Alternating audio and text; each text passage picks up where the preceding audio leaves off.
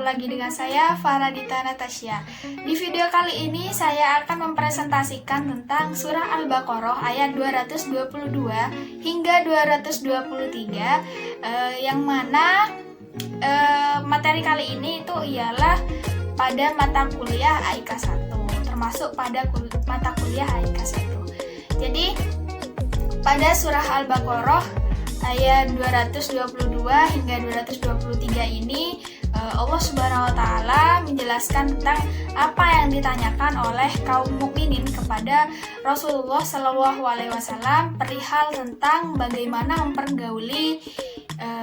mempergauli seorang istri yang sedang haid. Dan di dalamnya itu juga banyak sekali terkandung faidah hukum dan adab yang perlu diketahui oleh kaum muslim. Jadi bunyi ayatnya begini.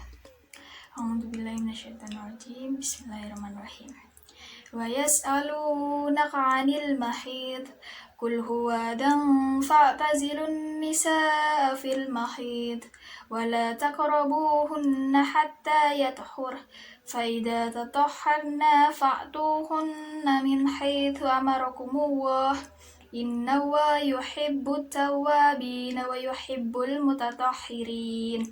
Nisa'ukum harthul lakum fa'tu harthakum anna syi'tum wa qaddimu li anfusikum wattaqullaha wa'lamu annakum mulaquh wa basyiril mu'minin. Shadaqallahul adzim. Nah, tadi saya sudah membacakan surah Al-Baqarah ayat 222 hingga 223. Sebelum beralih ke poin-poin pembahasan tentang kandungan ayat ini, saya akan menjelaskan tentang sebab turunnya ayat ini. Jadi, kaum mukminin bertanya kepada sebagian kaum mukminin itu bertanya kepada Rasulullah SAW, apa sebenarnya haid itu? Dan apakah seorang suami bisa mempergauli istrinya dalam satu rumah, makan dan minum bersama? Ataukah ia akan menjauhi menjadikannya seperti yang dilakukan oleh orang-orang jahiliyah gitu. Dan hal ini menyebabkan pada hadis yang diriwayatkan Muslim dari radhiyallahu an, yang bunyi hadisnya begini, bahwasanya orang-orang Yahudi apabila istrinya itu sedang haid, mereka tidak akan serumah atau makan bersama dengan istrinya itu gitu. Jadi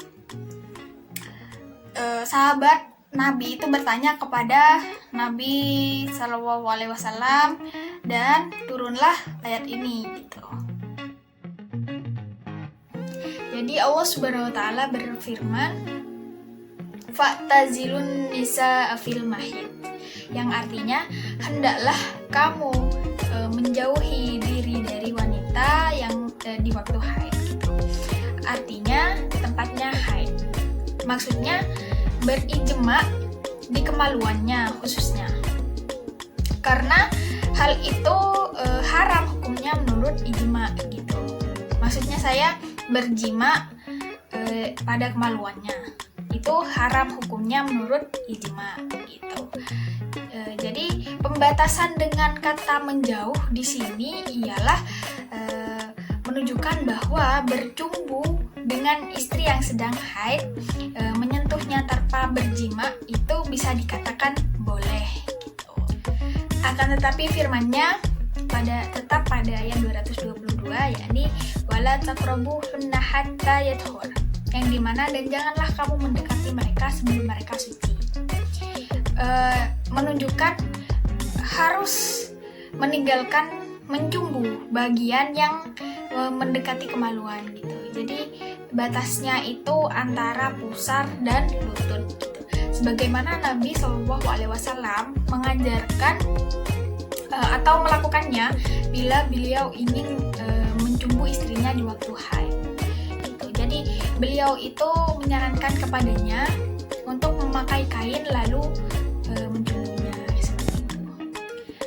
Adapun batas menjauhi wanita yang sedang haid, yakni pada waktu hatta yathur, yang dimana hingga mereka suci gitu. Dan faida tatahharna, dan apabila mereka sudah suci, yakni sudah mandi besar ya, fa'tuhunna min haitsu amarukumullah, yang dimana maka campurilah mereka itu di tempat yang diperintahkan oleh Allah Subhanahu wa taala kepadamu. Ayat ini juga menunjukkan diisyaratkannya bersuci secara mutlak. Allah Subhanahu wa taala menyukai orang-orang yang bersifat suci dan atau bersih gitu. Itulah sebabnya bersuci secara mutlak itu sebagai syarat untuk bisa sholat, terus melakukan tawaf dan menyentuh mushaf gitu.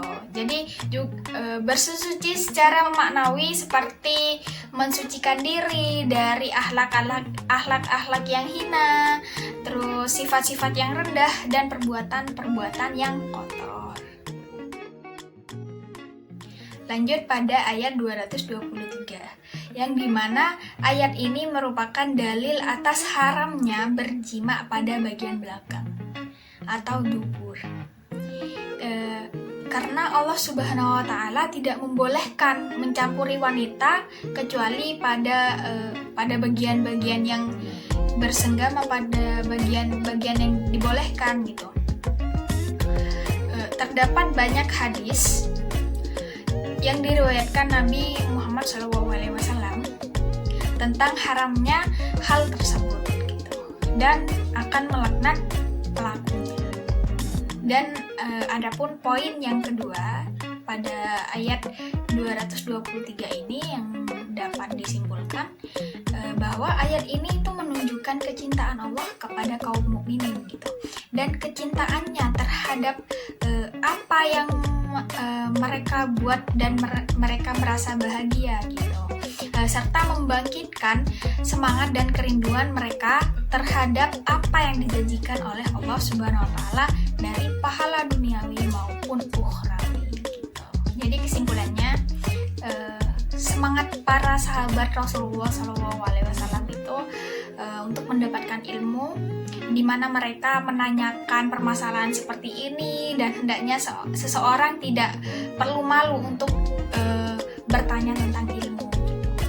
Juga diharamkan bagi manusia untuk melanggar batasan-batasan Allah yang sudah Allah tetapkan gitu, yang dari segi tempat, waktu, dalam hal mempergauli istri. Dan yang terakhir, kabar gembira yang disampaikan oleh Allah Subhanahu wa taala kepada kaum mukminin di dunia dan di akhirat gitu. Jadi di antara kabar gembira tersebut adalah mereka melihat Allah nanti di akhirat. Hal itu tidak akan terjadi pada orang yang kafir, wallahu a'lam. Sekian presentasi dan penjelasan yang dapat saya sampaikan pada Surah Al-Baqarah ayat 222 hingga 223 ini. Dan jika ada salah kata di dalamnya, saya mohon maaf sebesar-besarnya, karena itu adalah kekurangan saya. Dan jika kalian ada yang belum paham atau yang ingin bertanya, boleh tanya di kolom komentar gitu. Dan juga saya akan mencantumkan sumber tafsir yang saya jelaskan tadi gitu. Dan jangan lupa buat kalian di like, di komen, di subscribe, terus di share ke teman-teman kalian. Semoga video ini bermanfaat untuk kalian semua. Semoga bermanfaat. Wassalamualaikum warahmatullahi wabarakatuh.